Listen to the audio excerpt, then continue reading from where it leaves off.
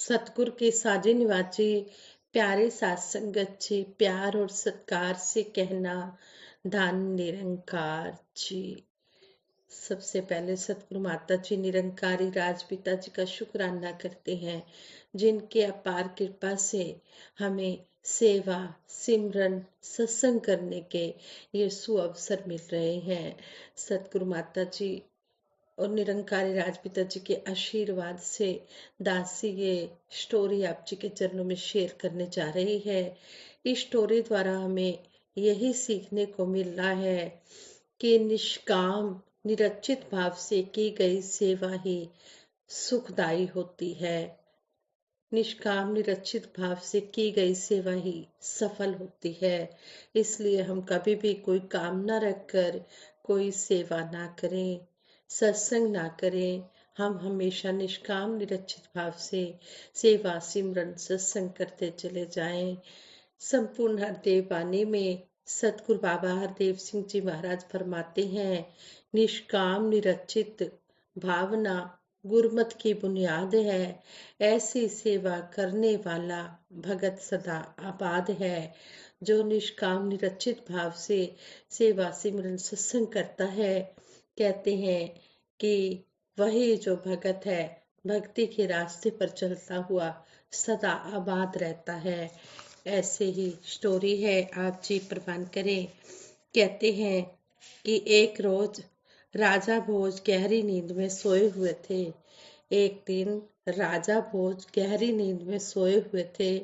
उन्हें सपने में एक बहुत ही तेजस्वी बुजुर्ग पुरुष के दर्शन हुए। राजा भोज ने पूछा, महात्मा जी आप कौन हैं? उस तेजस्वी बुजुर्ग ने कहा, राजन मैं सत्य हूँ और तुम्हें तुम्हारे कामों का वास्तविक रूप दिखाने यहाँ आया हूँ। यह सुनकर राजा भोज उस बुजुर्ग के पीछे चल दिए।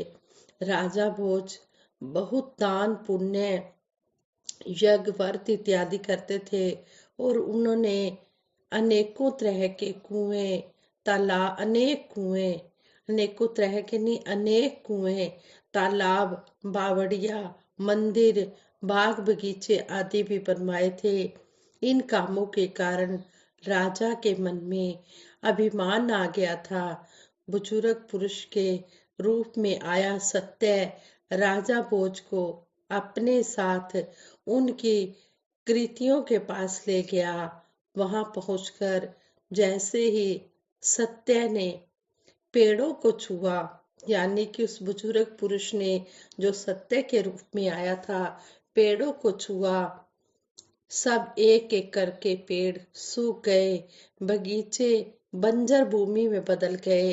राजा भोज यह देखकर हैरान रह गए। इसके बाद वे दोनों मंदिर पहुंचे।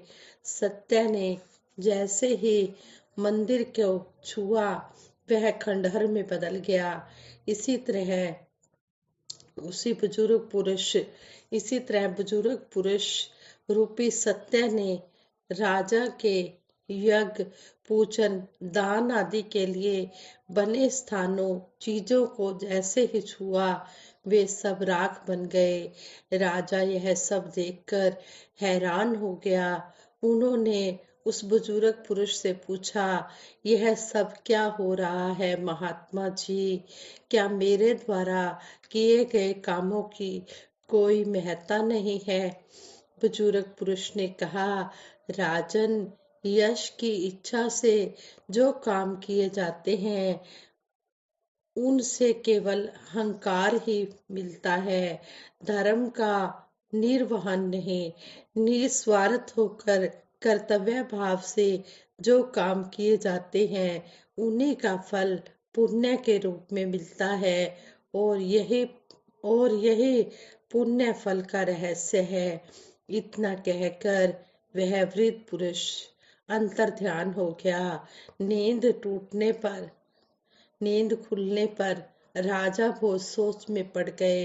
उसी दिन से उन्होंने सच्ची भावना से निष्काम निरचित भाव से कर्म करना शुरू कर दिया, जिसके बल पर वे न सिर्फ यश कीर्ति के अधिकारी बने, बल्कि उन्होंने बहुत पुण्य भी कमाया, बहुत लोगों के दिलों में भी बसे और भगवान के दिल में भी बस गए।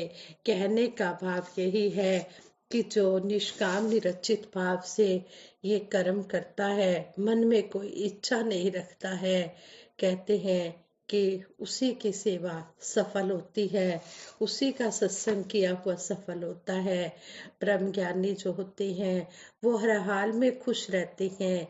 युग प्रवर्तक बाबा गुरबचन सिंह जी महाराज अक्सर अपने विचारों में कहा करते थे, ब्रह्म ज्ञानी निरंकार की रजा में रहते हैं, प्रभु इच्छा को शुभ मानते हैं और हर हाल में खुशी महसूस करते हैं। ये सबका आदर मान करते हैं, किसी से छल कपट नहीं करते हैं। ये प्यार, नम्रता, सीधक दिली और सहनशीलता के एग्जाम्पल होते हैं। ब्रह्म ज्ञानी संसार के सभी बंधनों से मुक्त होते हैं। ये स्थानों या समय के बंधन में नहीं होते। इनके लिए हर स्थान हर समय अच्छा है, क्योंकि हर स्थान पर हर समय निरंकार परमात्मा प्रभु को अपने अंग संग देखते हैं और इसकी आराधना करते हैं। मुक्त अवस्था में रहते हुए ब्रह्म ज्ञानी हमेशा इस निरंकार दातार का ही गुणगान करते हैं, इसका ही यश गाते हैं। इस तरह सतगुरु सच्चे पातशाह हमें समझाते हैं कि हमने जीवन में कुछ भी बन जाए, हमने कभी भी घमंड नहीं करना, किसी चीज का अहंकार नहीं करना। फिर जैसे एक बच्चे का एग्जाम्पल देकर भी सतगुरु माता सुदीक्षा जी महाराज हमें समझाते हैं कि एक बच्चे की जीवन यात्रा को देखे तो कैसे संसारिक रूप में प्रोत्साहन मिलता है। पढ़ाई के बाद काम, उसके बाद उस काम में तरक्की की, तो ऐसे ही प्रगति रूपी सीढ़ियां चढ़ते जा रहे हैं। जब एक बच्चे के मन में ही एक वो बात आ जानी कि आगे जीवन में हमें क्या बनना है, पर जब भक्ति की ओर देखते हैं तो इसमें यह बात होती है, not about becoming unbecoming something. हम कुछ बन नहीं रहे पर अनुपयुक्त कार्य कर रहे हैं। हम भक्ति में समर्पित है तो कभी यह नहीं सोचा कि हमने भक्ति का दिखावा करना है। हम अपने आप को गिनाए नहीं, अब हम अपने आप को गंवाए। हम भक्ति में उसी को अगर प्योरिटी दे तो महसूस करेंगे कि जितने खाली होते जा रहे हैं वाकई ही इस परमात्मा से जुड़ते जा रहे हैं। खाली होने का मतलब कि हम इच्छाओं से रहित अपना जीवन जिए। कहते हैं माया मरे न मन मरे, मर मर गए शरीर, आशा तृष्णा ना मरे, कह गए दास कबीर। दास कबीर जी ने भी कहा है कि आशाएं तृष्णाएं कभी खत्म नहीं होती। एक इच्छा पूरी होती है तो दूसरी इच्छा जन्म ले लेती है। सही मायनों में भक्ति वही कर सकता है जो इच्छाओं से रहित जीवन जीता है, जिसके मन में कोई इच्छा नहीं होती। जहाँ गई चिंता मिटी, मनवा बेपरवाह, जिनको कछु नहीं चाहिए वे शान के शाह। कहते हैं कि जिसकी कोई चाह नहीं, इच्छा नहीं, वही सही मायनों में शहंशाह है। तो इस तरह हमें सतगुरु माता सुदीक्षा जी महाराज भी समझाते हैं कि जितने जितने हम खाली होते जा रहे हैं उतने उतने हम परमात्मा से जुड़ते जा रहे हैं। समुंदर को जब भी हम देखेंगे वो इतना गहरा और गतिशील है कि उस पर कभी काई नहीं जमेगी। दूसरी ओर ठहरे पानी में तो काई अवश्य जम जाती है। जितना ज्यादा हम सेवा सिमरन सत्संग में अपने आप को अर्पित करते हुए काम करेंगे, उतना ही इस मन पर कोई काई नहीं जमेगी। जब हम भक्ति मार्ग पर हैं तो हमेशा याद रहे कि भक्ति किसकी करनी है। भक्ति किसी चीज की भी हो सकती है। अगर किसी को आर्थिक प्रगति करनी है तो वो पैसे की भक्ति हो जाती है। संसारिक माया से जुड़ी प्राप्ति के लिए भक्ति नहीं की जा रही, बल्कि सचमुच ही जब परमात्मा अंग संग दिखता है तो उस प्रेम की बात होती है। यह ओत प्रोत मामला होता है। आपने अपने मन से सिर्फ और सिर्फ प्यार करते हुए भक्ति के ऊपर रहेंगे तो जीवन में भी विश्वास भी बढ़ता जाएगा और आनंद की अवस्था भी प्राप्त होगी। हमने उस तरह से किसी युग के किसी भगत की नकल नहीं करनी कि वो सिर्फ गाते थे तो हम भी गाएंगे, तो ही हमारी भक्ति होगी। अगर हम किसी विशेष भगत की कोई रचना गा लें तो बात सिर्फ वो कान रस की नहीं है, भक्ति को मन से ही करना है। क्योंकि उस समय उस भगत की जो अवस्था थी, अगर हम उस अवस्था में हैं तो यह सब चीजें मुबारक हैं। नहीं तो सिर्फ और सिर्फ इसी बात पर फोकस कि हम अपने दिल को और कैसे निखार पाएं, कैसे सिमरन करते हुए असली भगत बनकर परमात्मा की आराधना सच्चे मन से करें। तो यहाँ पर हमें इन विचारों द्वारा यही सीखने को मिला है, अगर हमने भक्ति करनी है तो कामनाओं से रहित होकर करनी है। संपूर्ण अवतार पानी में सतगुरु बाबा संपूर्ण हरदेव पानी में सतगुरु बाबा हरदेव सिंह जी महाराज समझाते हैं, कण कण वासी सर्व निवासी, नाम तेरा निरंकार है। सबसे पहले तू था, तुझसे उपजा कुल संसार है। नित्य सनातन अविनाशी है, ना घटता ना बढ़ता तू, ना जलता है ना गलता है, ना कटता ना उड़ता तू। दाएं तू है बाएं तू है, आगे तू है पीछे तू है, बाहर तू है भीतर तू है, ऊपर तू है नीचे तू है। तुझ बिन कोई ठोर न खाली, तेरा सकल पसारा है। सब में ही रहता है लेकिन सबसे ही तू न्यारा है। कहे हर देव की गुरु ज्ञान से, हर सू नजर तू आता है। आप तू जिस पर कृपा कर दे, वह जन तुझको पाता है। कितना सुंदर यहाँ पर भी समझाया है कि परम पिता परमात्मा हर जर्रे में है, हर पत्ते में है, हर डाली में, हर जगह समाया हुआ है, सर्वव्यापक है, अंतर्यामी है, घट घट वासी है, अविनाशी है। ना ये घटता है, ना बढ़ता है, न जलता है, न गलता है, न कटता है, न उड़ता है।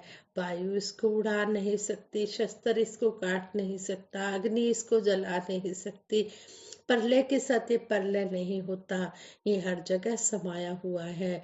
जो गिर्द हमारे राम का दुख लगे ना भाई, ये चारों तरफ हर जगह ये समाया हुआ है। कोई भी जगह इससे खाली नहीं है, हर जगह इसका पसारा है। ये सब में रहता है, सबसे ही न्यारा है।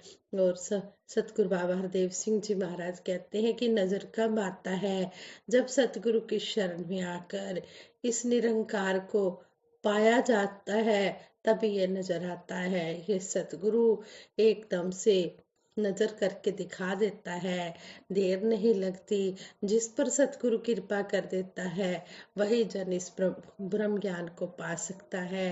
वरना अपना लाया प्यार न लगे, रब लावे ता लगदाए, बुझिया होया दीवा जेकर गुरु जगावे जगदाए।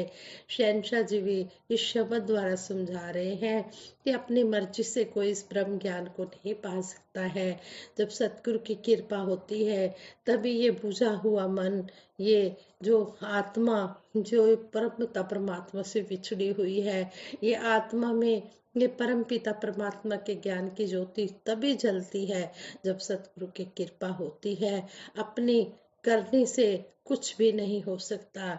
जिस पर सतगुरु कृपा करता है उसे अपने चरणों में जगह दे देता है।